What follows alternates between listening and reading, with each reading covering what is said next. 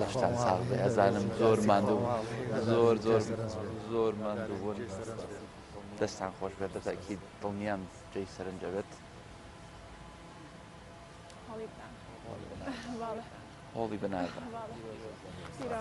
پیرۆزە دەستان خۆش بێت خۆش دەستی تۆش خۆش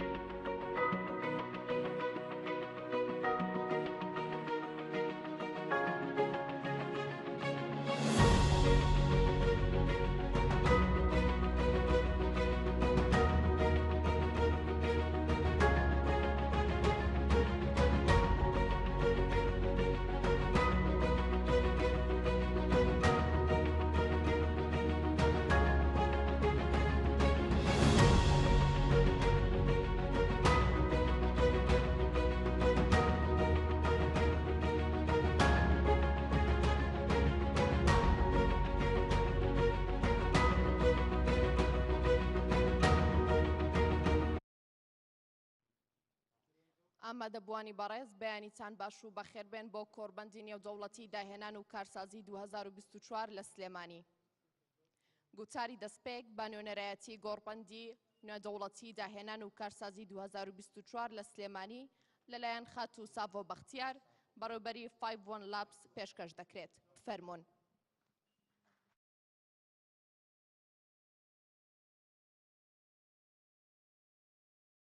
Our distinguished guests, esteemed speakers, and innovative minds from all over Kurdistan, across Iraq and the globe, good morning, Bani Tambash.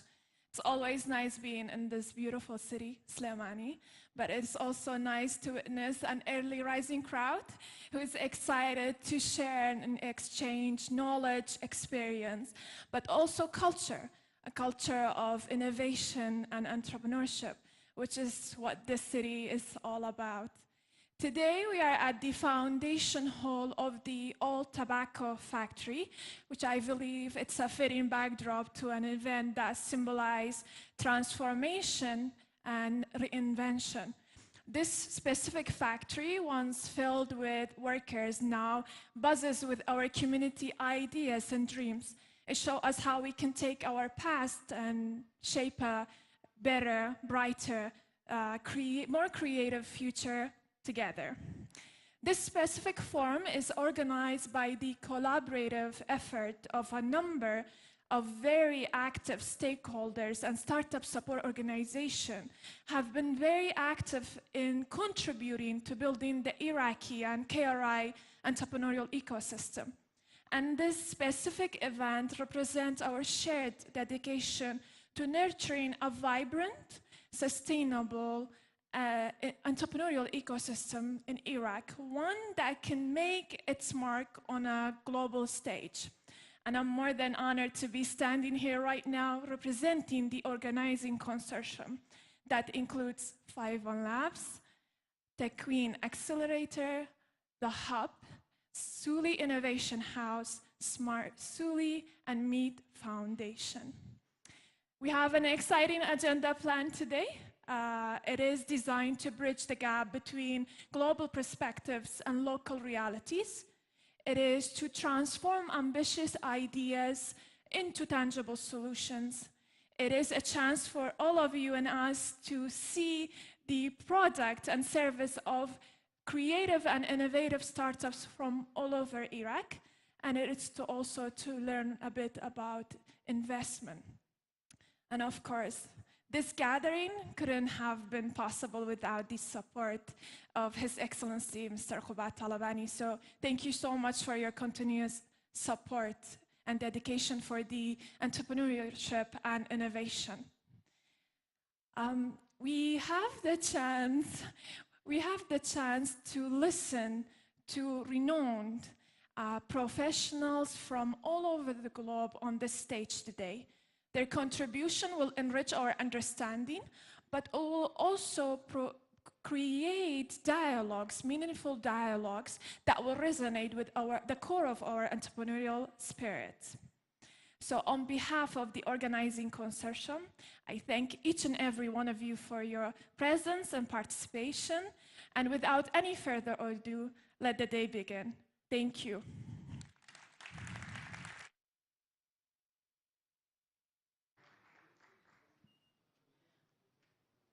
ئێستاش گوتاری سەرەکی کۆڕبەندەکە لەلایەن بەڕێز قوبات تاڵەبانی جێگیری سەرۆکوەزیرانی حکوومەتی هەرێمی کوردستان پێشکەش دەکرێت. بەڕێزیان با بفەرمونون.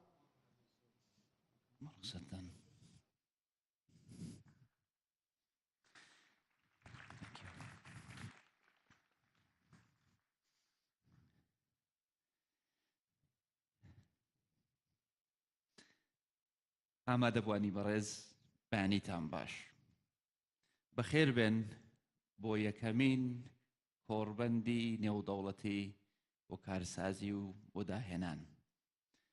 بەخێر بێن بۆ سلێمانی و زۆر خۆشحاڵم کە ئەم کۆڕبەندە لە سلێمانیە ئەنجامەدرێت. چکە سلێمانی هەمیشە پێشەنگ بووە لە دەست پێشخەری، هەمیشە پێشەنگ بووە لە نوێگەری، هەمیشە پێشەنگ بووە لە ڕوبەڕووبوونەوەی تەحەدیاتەکان، هەمیشە پێشەنگ بووە لە داهێنان کە ئێمە لە پێناوی داهێنانە لێرە کۆبووینەتەوە.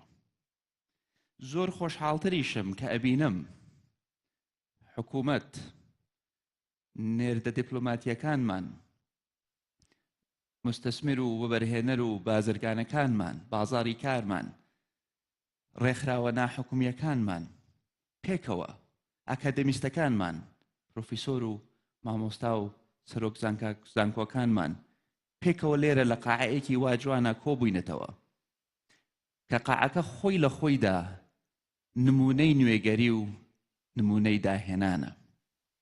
پێکەوە ئێمە بە کۆکردنەوەی ئەم هەموو عەقڵ و توانا و خیبرەی کە لەم قاعەیە کۆبووەتەوە ئەتوانین ڕوبەڕووی ئاڵنگاریەکان ببینەوە، ڕوبەڕووی تەحەدیاتەکان ببینەوە و چارەسەری زیرەک بدۆزینەوە بۆ کێشە ئاڵۆزەکانی ئەم سەردەمەمان. بەڕێزان، بەتەکید ئەمڕۆ نەهاتووینەتە ئێرە تەنها مناقەشەی بابەتێک بکەین، نەهاتووینەتە ئێرە تەنها گوێ لە گلەی و لە پێشنیار بگرین. ئەم کۆمەڵی کە لێرە کۆبووەتەوە کۆ بۆتەوە لە پێناوی تەشخیصکردنی ئەو بربەستانەی لە بەردەم گەشەسەندنی کەرتی ئابووریمان، گەشەسەندنی کارسازی، گەشەسەندنی داهێنان لە هەرێمی کوردستان و تەنانەت لە هەموو عێراقیش. ئێمە هاتووین بۆ ئەوەی کێشەکان پەنجە بخەینە سەر برینەکان و بە فەعلی بزانین ئەو بربەستانە چین لە بەردەم بازاڕی کارمان لە بەردەم ئابووری هەرێمی کوردستان. بەس کە بربەستەکانیشمان دۆزیەوە ئەوە نییە ئیتر بڵێن فەرم و ئەمانن کێشەکان و مەجموعە گلەیەک ئاراستەی حکوومەت بکرێ و دوای واز لە مەوزوعەکان بێنین و هیچی تر نەکەین. نەخێر، ئێمە لێرە کۆبووینەتەوە تاکو و پێکەوە چارەسەری زیرەک بدۆزینەوە بۆ ئەو کێشانەی ئەمڕۆ. من چاوەڕێم لەم کۆڕبەندە بە نەتیجەوە دەرچین، بە قەرارەوە دەرچین. قەرار بدەین لێرە کە کار و چالاکیەکانی ئەم داهێنەرانەمان ئاسانتر بێ، کە ڕێگایان ئاسانتر بێ، کە بەرهەمیان زیاتر بێ، کە مەجالێکی زیاتر بدا بەوە بەرهێنەرە بەڕێزەکانمان ئیستیسمارکەن لە بیرۆکەکانیان، دەعمیانکەن، دەستیان بگرن، تاکو سبەینێ بیرۆکەیەکی جوانی تازەی لەلایەن گەنجێکەوە ببێتە مای سەرخستنیان و دروستبوونیان وەکو ستونێکی تری ئابووری هەرێمەکەمان. بەڵام من دڵنیام ئێستاکە ئێمە لێرە دانیشتوین مەجموعە کەسێک ڕەنگ بێ لە ماڵەوە سەیری ئەم کۆڕبەندە بکەن و بڵێن ئۆهۆ ئەمە چییە؟ کەی وەختی ئەوەیە؟ ئەمە چییە؟ قوبادیسان خەریکی چییە؟ وەزعی دارایی خراپە، وەزعی بودجەمان خراپە، وەزعی موچەمان خراپە، وەزعی ئەمنیمان خراپە، وەزعی خوازان هەزار و یەک کێشە هەیە. کەی وەختی ئەوەیە؟ ڕاستە کێشە زۆرە، ڕاستە کێشەی ئەمنیمان هەیە، ڕاستە کێشەی ئابووریمان هەیە، ڕاستە کێشەی سیاسیمان هەیە. هەموو ئەو کێشانە هەن. بەڵام با پێتان بڵێم من دڵنیام ئێمە زاڵە بین بەسەر ئەو کێشانە، ئێمە زاڵە بین بەسەر ئەو تەحەدیاتانەی کە ڕوویان لە هەرێمی کوردستان کردووە. ئێمە سەرەکەوین لەم پرۆسەیەدا و دڵنیاتانەکەمەوە ئێمە ئەم ڕۆژە تێئەپەڕێنین. بەڵام چۆن؟ ئێمە لە ناوچەیەکە ئاژین کە پڕە لە ئاڵۆزی و لە ململانێ و لە ئاڵنگاری. وەگەرێ بە پێمان وایە بتوانین هێز مەعادلەکەمان بۆ بگۆڕێتەوە، غەڵەتین. ئێمە ڕەنگ بێ بۆ 20 ساڵی تریش نەتوانین لە یار و نەیارەکانمان بەهێزتر بین، بەڵام ئەتوانین لێیان زیرەکتر بین، ئەتوانین لێیان عاقڵتر بین و ئەبێ لێیان زیرەکتر بین. ئەوها ئێمە سەرەکەوین بەسەر ئەو تەحەدیاتانەی کە ڕوویان لە ئێمە کردووە. بەوە بەرهێنان لە گەنجەکانمان، لە داهێنەرەکانمان، لە کارسازەکانمان، بە پشتبەستن بە ئیرادەی بەهێزی گەلەکەمان، ئینجا ئێمە ئەتوانین سەرکەوین. ئەو کاتە نەموشەکی ئەو نەدرۆنی ئەم ئەتوانێ ڕێگر بێ لە بەردەم گەیشتنمان بەرەو کەناری ئارامی و گەشەسەندن و ئارامی و خۆشگوزەرانی بۆ گەلەکەمان. بۆیە دووبارە بە خێرهاتنتانەکەم و دڵنیاتانەکەمەوە بەڵێ وەختیەتی. زۆر بەخێر بن و هیوەدارم کۆڕبەند و کۆنفرەنسێکی سەرکەوتومان هەبێ. ئەگەر مەجالێکم بنێ بە ئینگلیزی بە خێرهاتنی نێردە دیپلۆماتیەکانمان بکەم، وەعدتانەیەمێ کورتە بێ. Distinguished diplomats, I'd like to express my profound gratitude for hosting you here today in Slémania for attending this important conference on innovation and entrepreneurship. I want to take this opportunity to thank you all for the support that you have given to the entrepreneurial community in Iraq and in the Kurdistan region. And I hope that you have seen over the last several years how your contribution has helped grow an ecosystem here that is providing hope in what seems like at times a hopeless situation. I hope that this conference will encourage you to support them further and to increase your assistance to them. And we can assure you that as a government, we will do everything we can to make sure your support makes it to the right place and is not in vain, and you see product, and these guys will succeed. So thank you once again for coming. It's an honor to have you here. دوباره و سه باره بخیر بن سرچاو و هرشاد و سربرز و سرکوتو بن.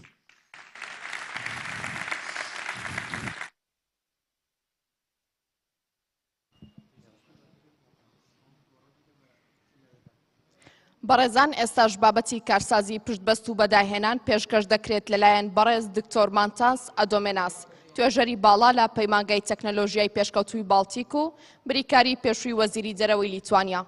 بەڕێزیان با بفەرمونون.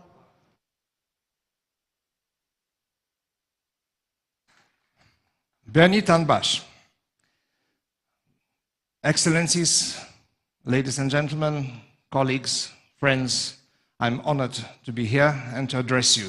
And let me address the topic of innovation versus invention through some personal reminiscences.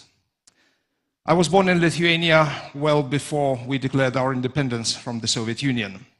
Throughout my childhood, my country was still a place of scarcity. Private property was limited, entrepreneurship was outright banned. The diversity of marketplace was seen as a threat to the Soviet centralized economic model. Although industrialization did take place, it happened in a very heavy, distorted way. Actually, it's better like this. To the detriment of other economic sectors, especially production of consumer products and services. Yes, Lithuania, under the Soviet occupation, technically still produced things, but it did not invent, nor did it have an open environment out of which innovative goods and services could emerge. The industry was oriented towards the production of intermediate products, components, and half-finished things destined for the huge Soviet centralized economy. Businesses survived not because of new ideas and legitimate competition, but because of personal connections and nepotism. This kind of environment stymied innovation because it took away control over our lives and limited the pursuit of personal initiative, which would have enabled us to unlock individual and collective potential. So in a way, we had to reinvent our country as we declared its independence in 1990. So fast forward 3 decades of independence, and Lithuania is now regarded as a European laboratory of ideas. It has transformed itself from a low-income country to a high-income economy with around $24,000 USD GDP per capita. It took us several decades to build this open society with dynamic economy, but after many sacrifices and painfully learned lessons, we are here. Granted, Lithuania is a tiny state, 2.8 million, it's not a superpower, it did not invent the MacBook, and yet Lithuanians today have a lot more agency and opportunities to learn from each other, collaborate with like-minded peers, and access resources they need to accomplish remarkable things. Our catching up story, our transformation story, has forever changed the face of our society, especially since we have embraced technology as an instrument for the job creation and economic development. From high-tech business to everyday tech, some stuff of science fiction is now a reality. And with it, a new day has dawned for entrepreneurial life. Let me give you a few examples. The single biggest tax contributor to the Lithuanian state budget is a cutting-edge biotech company, even though its total annual production consists no more than of a couple of metric tons of state-of-the-art biochemical materials. From here in Sulēmanija, I can, in a matter of minutes, to log in and use all state services that have been fully digitalized, from tax returns to medical records to companies' registers, with a single mobile application called Smart ID. In the Lithuanian capital, Vilnius, I can use public transport, rent bicycles, and perform a host of other functions using just one Lithuanian-made mobile application called Trafi, which also runs even the most complex transport systems of Berlin, Brussels, Portsmouth, Southampton, Munich, and Zurich. This past summer, Vilnius also became the first European city to introduce a small fleet of unmanned delivery vehicles on public roads. This was made possible by collaboration between Estonian and Lithuanian startups. A couple of years ago, Google received an e-money license from the Central Bank of Lithuania, the first of its kind, and now can store customer data and transfer funds directly. In addition to this, Lithuania is also one of the fastest growing fintech hubs. It is the second largest fintech hub in Europe, bolstered by over 200 licensed companies. This striking swell of innovation happened despite a very rough start, very low beginnings in the early days of our independence. So it is the story of catching up, of transformation through innovation, that I want to offer you as a different lens to look through. A lens that shows a dynamic model of collaboration that has fostered innovation and technological growth in Lithuania. The system is far from perfect, and I'm certainly concerned about the tensions between technology and sustainability, e-waste, and others. But I also believe that Lithuania's ability to transform itself, to rise from the ashes, as it were, presents an interesting starting point where we can engage in fruitful debates and test run exciting ideas with our Iraqi and Kurdish friends about how to best structure investments and collaborative efforts to catalyze growth and produce a societal system that feels stable and secure for ordinary citizens.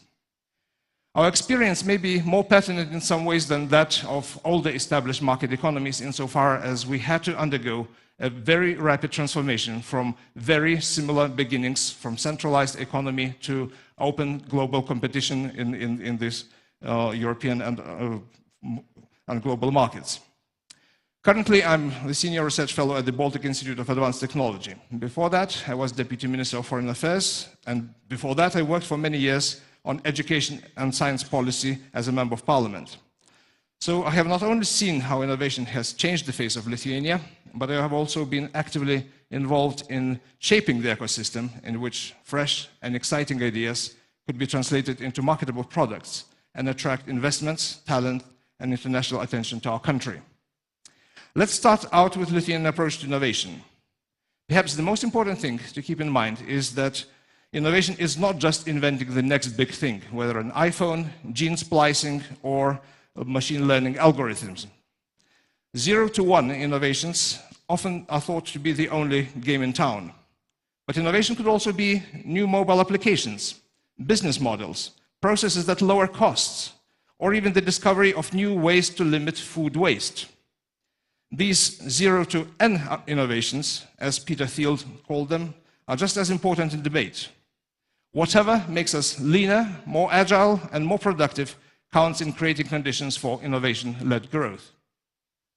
I would like to return to the fintech example again, because this is where Lithuania has learned how to punch above its weight. It is also a great example of how 1 to N innovations can also go a long way to driving and sustaining a small country's economy. Fintech, that is to say, any app, software, or technology that allows people or businesses to digitally access, manage, or gain insights into their finances or make financial transactions, has been the fastest growing contributor to the Lithuanian economy. I already mentioned Google Pay, but there is a whole array of other initiatives out there in Lithuania that are on the way up. In digital banking, there is Revolut. Revolut was launched in 2015 in the UK to offer money transfer and exchanges. In 2017, after Brexit, it secured a European banking license from the Bank of Lithuania, which allowed the company to start offering current accounts and loans across the European Union. Very recently, Revolut has carried out payment transactions that altogether totaled 100 billion euros, received nearly 170 million euros in operating income, and it occupies more than 50% of the electronic money and payment institutions market in Lithuania. In big data and analytics, you have Ocredo. This company helps small and medium entrepreneurs mitigate credit risk and increase sales potential by providing a better open data platform that offers free credit score to achieve lower losses and higher sales.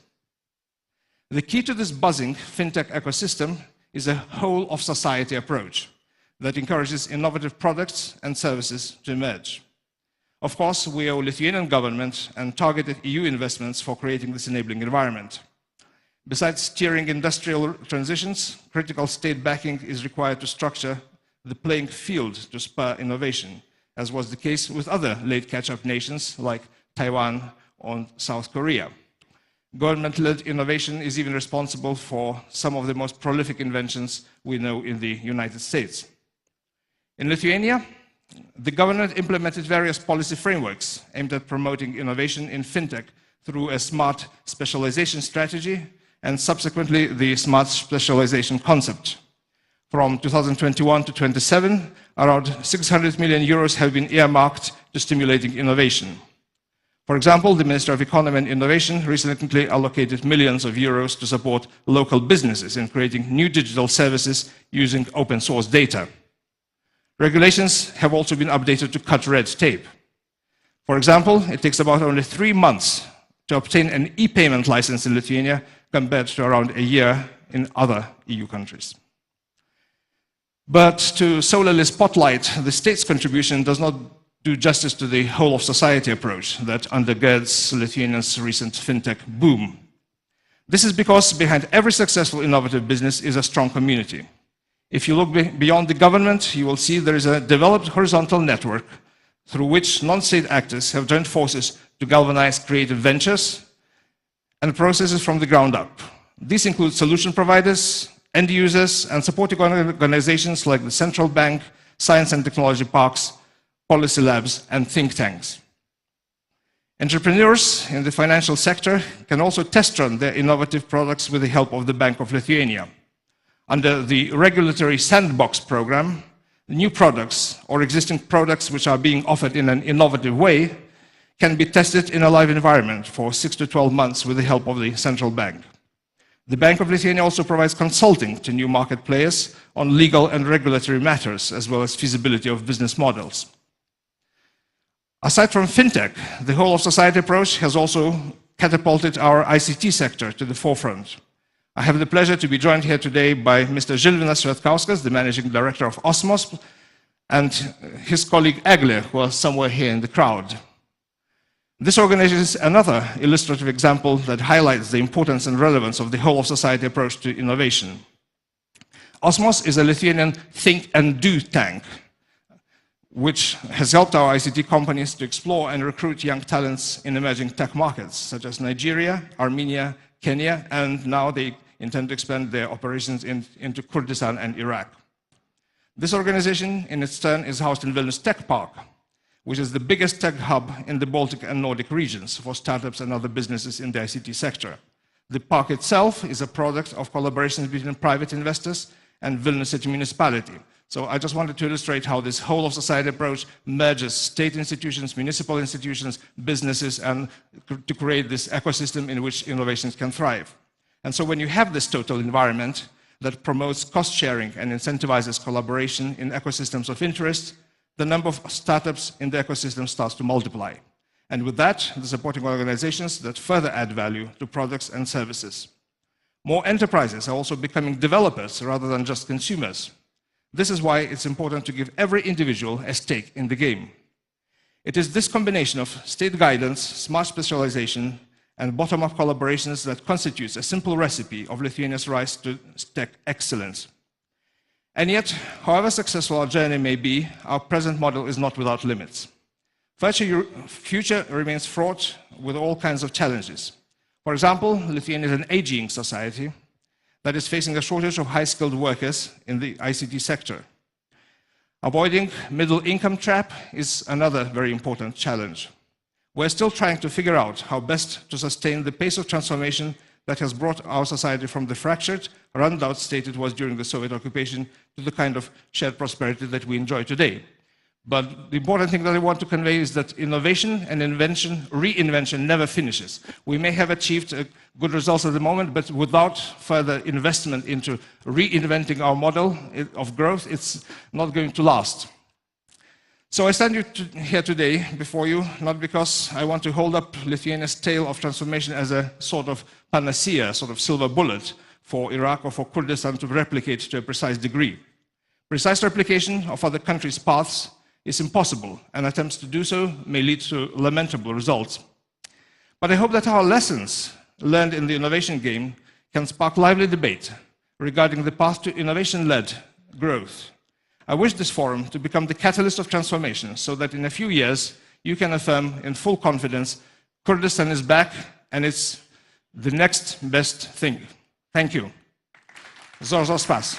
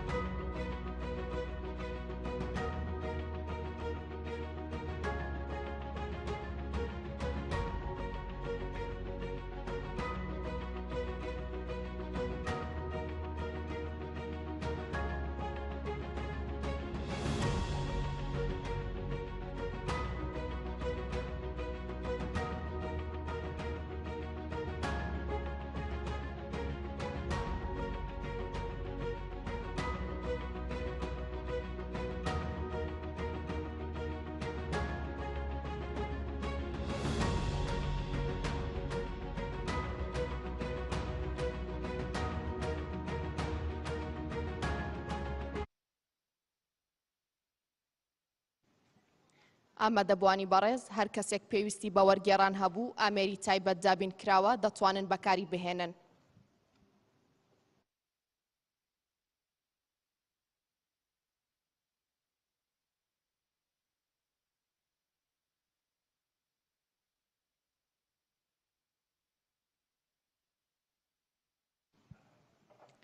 پانێڵێکی کارسازی بە ناونیشانی دیدگای جیهانی و واقعی ناوخۆیی پێشکەش دەکرێت.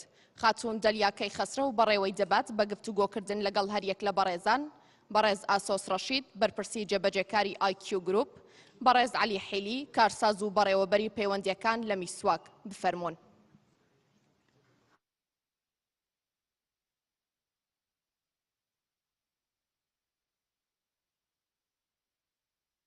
Your Excellency, ladies and gentlemen and distinguished guests and diplomats, business community, and ladies and gentlemen, good morning. For the sake of simplicity, we are going to present this panel in English, but we can always switch to either Arabic or Kurdish if my distinguished guests would like to at any given time. My name is Dalia Khasraw. I'm very privileged to be here today to moderate this panel in this beautiful venue which symbolizes creation, innovation, and a new, let us say, beginning for the city of Slimani and the entrepreneurs in town. I am extremely honored to be joined by two entrepreneurs that have left the fingerprints on the journey of entrepreneurship in Kurdistan region and Iraq and globally and also have led many, supported many startups and innovations in the region. I present to you on my right, Janabi Asoz Rashid, CEO of IQ Group of companies, IQ Technology, and ASOS prior to joining private sector, he also served as a civil servant, as a diplomat delegate to Iraq in WTO.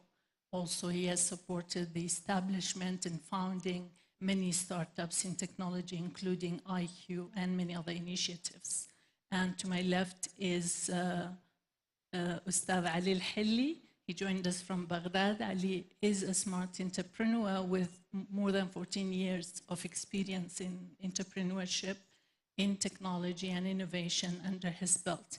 Ali is currently working in multiple initiatives, including directing the expansion of MISWAG, and also he's a part of a major entrepreneurship ecosystem in the country. Welcome. Thank you. Yeah. Firstly, thank you for the chairs. Otherwise, I would have felt like I was in a UFC fight. Yeah. And secondly, thank you for the invitation. Yeah. We just have to find in, and apologies for the people on the behind. It is a challenge. It is great the chairs swing, so we cannot exclude different groups here. So I will start by asking a question to Kak Asos about the global perspective when it comes to entrepreneurship and innovation, and how we are looking into their adaptability when we are looking at the context of the Kurdistan region. Firstly, our guest from Lithuania highlighted on one point. You can't copy and paste from somewhere else. Yes. But entrepreneurship is a two-step process. First, it's the individual. The individual has to have the correct mindset. They have to have a stress tolerance. It's completely different being an entrepreneur than being a worker or a civil servant or a lawyer, because other people's jobs depend on you. Growth depends on you. Success and failure really depends on you. So that's an added burden. And then you come to the ecosystem or the environment. Unfortunately, in Iraq and Kurdistan, we do not have that. And it's fantastic painting the picture red. Yes, we have great potential entrepreneurs, but we do not have the correct ecosystem yet. However, at least we acknowledge we don't have the correct ecosystem. By correct ecosystem, I mean access to capital. With all due respect, some of the banks are here, but the banks and the banking system here is useless. It doesn't serve purpose. Secondly, there's angel investors, which are fantastic, and that's the only real access to capital for an early startup. But apart from a handful of angel investors, it's just the money handed over, where the rest of the world, angel investors put an arm around the shoulder of the entrepreneur and guide them through a process, guide them through regulatory hurdles, guide them through what they know the best practices are. And like I said, apart from a handful of people like that, we don't even have the correct regulations in certain places for the entrepreneur to be guided. So that's on a local level. And then we also have almost a tribal mentality. And I don't mean that by the Talibanis or the Baghdanis. I mean that by federal Iraq, KRG, regional. Silos. Exactly. Yeah. In Slimani, in actual fact, it's easier for a lot of people to deal with entities in Baghdad, in Erbil, but it's not always the case. For example, I may have a license, a federal license in Iraq, but will that guarantee me to work in KRG? Not necessarily, and vice versa. For example, the biggest issue I have now, and it's so ridiculous, I've created an entity, I've created a brand in IQ Group. That brand is meaningless in Baghdad because they don't accept international wordings. I have to have an Arabic name. Yeah, So absolutely. it's ridiculous things like that which also hinder the process. Thank you very much. Yeah. So we are very lucky that Mr. Rashid has seen both sides of the spectrum, first as a civil service, then now as an entrepreneur. You would, back to the same point, the main point you made about an individual and mentality of entrepreneurship. Thank you so much for sharing your perspective. Now I turn to Ali. Mr. Rashid referred to the ecosystem and the broken ecosystem, let us say. You are a part of the so-called and emerging entrepreneur ecosystem supported by international community, the government, and civil society organization. And I would like to hear your perspective in this regard, please. Okay. The Iraqi ecosystem between Federal Iraq and KRG is in its like crawling stages. It's just like a baby that was born yesterday. In 2016, 2015, you may not have heard about a lot of startups, investments. We didn't even need to talk about the banks because they were not even there and there was not even a need for them. Today, after like 6-7 years, we have this kind of activities, just like the activity that we are now in. And we have been hearing Dr. Mantis' speech with a lot of narratives and keywords that are very familiar to us now. That means we are on the right track. Yes, we are not there yet. We are missing a lot of things. But we are on the right track of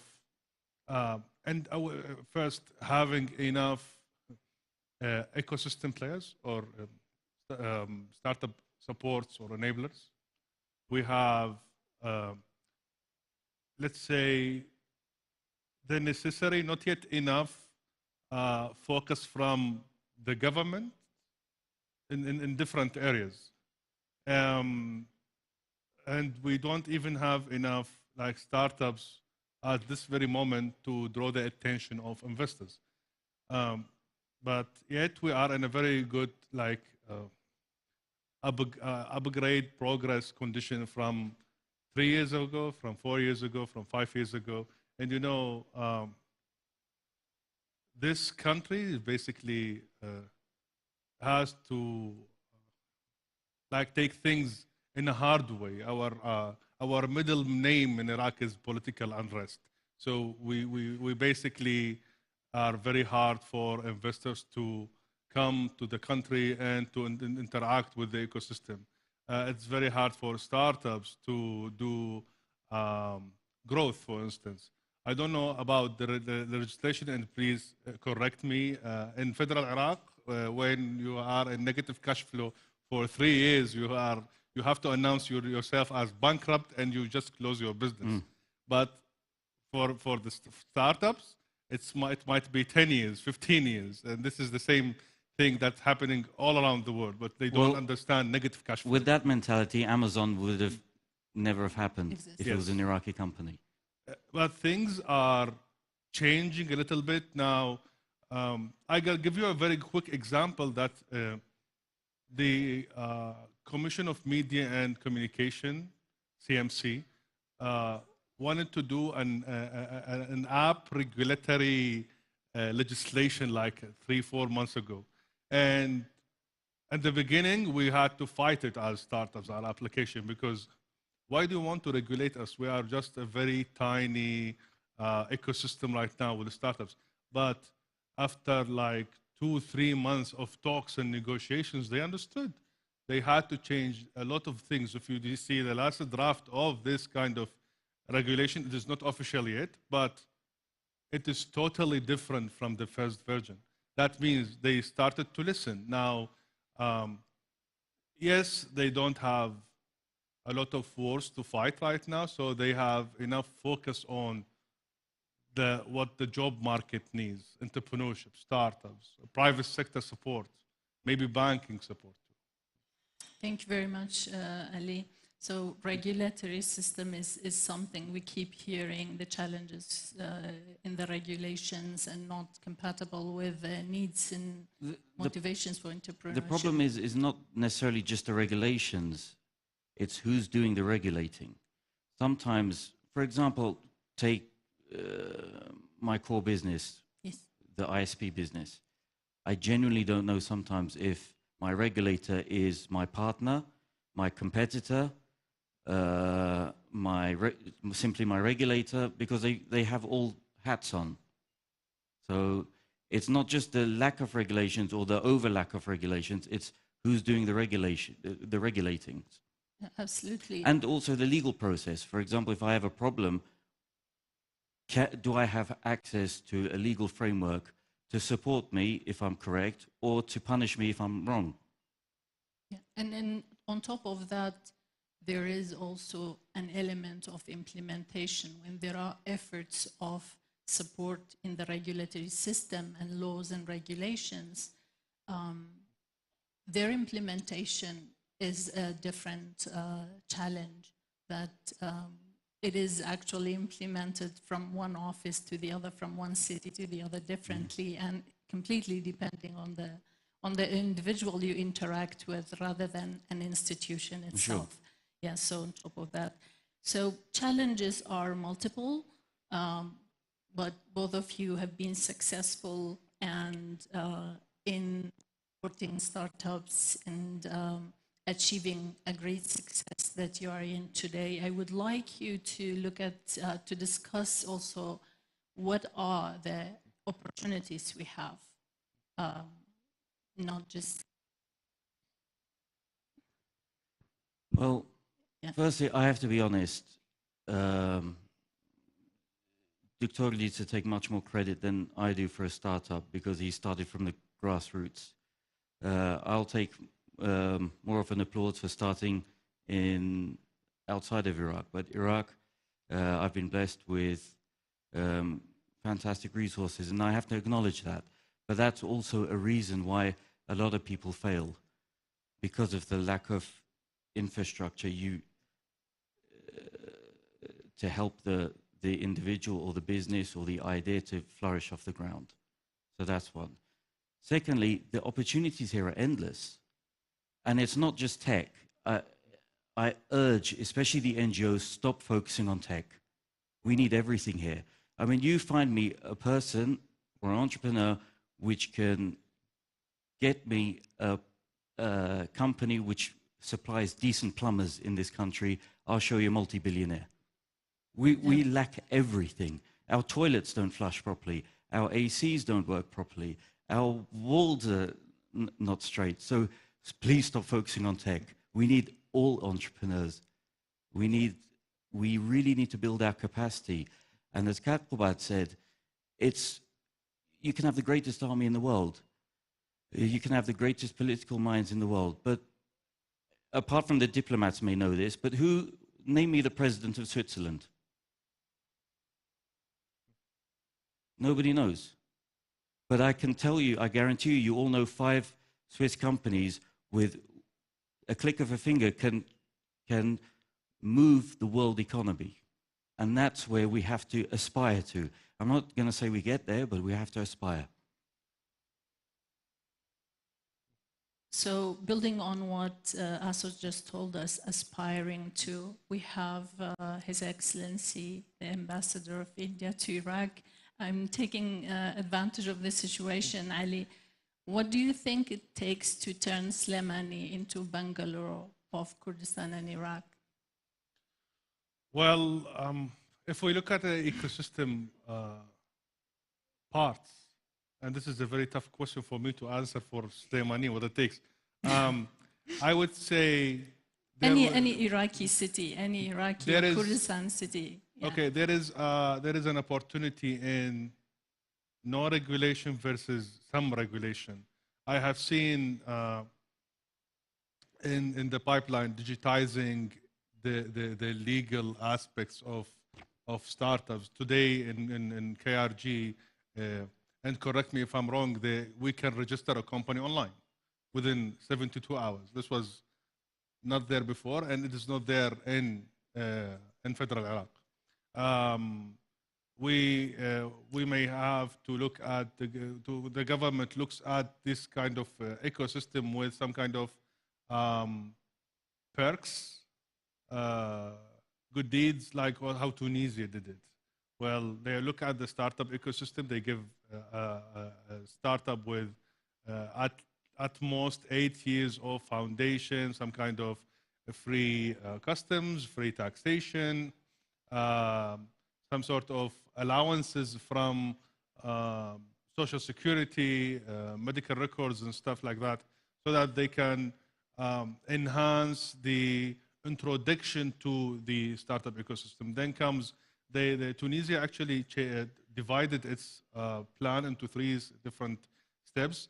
The plan started from the parliament with the Tunisia Startup Act, and then they moved to the central bank to create some sort of guarantee for investments and loans, so that banks in the third stage can finance opportunities. And here, yes, banks are not yet so functional. Why? Because there are no enough guarantees for them to give money. There's no credit history. There's no financial analysis. There are a lot of missing things, but we can start by providing very flexible regulations with support to their startups to get this kind of access to finance, so that the entrepreneurs can take the risk and have enough financials to start. Yeah, absolutely. Thank you. So access to finance and banks challenge also raised by you, and the support currently given to the ecosystem by the international community. It is a good as a startup, but if we're looking at the sustainability of the, thank you very much. At the sustainability, we really need to look into the banks and finance sector and the angel investment, let us say angel investors. Otherwise, the journey of entrepreneurship would be just limited to a number of entrepreneurs in that case. So I would like Akasos to give us his take on that aspect. Honestly, the banking system in general is going through a transition. Fintech is coming where to fill a void where the banks have failed, not just in Iraq, throughout the world. I have a peer-to-peer lending platform in the United Kingdom, simply because the United Kingdom, which is traditionally known as a banking society, had stopped traditional banking with local entrepreneurs. Now you group together and you use crowdsourcing to invest in startups. That's something that can easily be put in Iraq, especially because the average Iraqi doesn't know what to do with their cash. They stick it under their bed, or they buy a property that they don't really know what to do with. There's no, and that's just an average investor or an average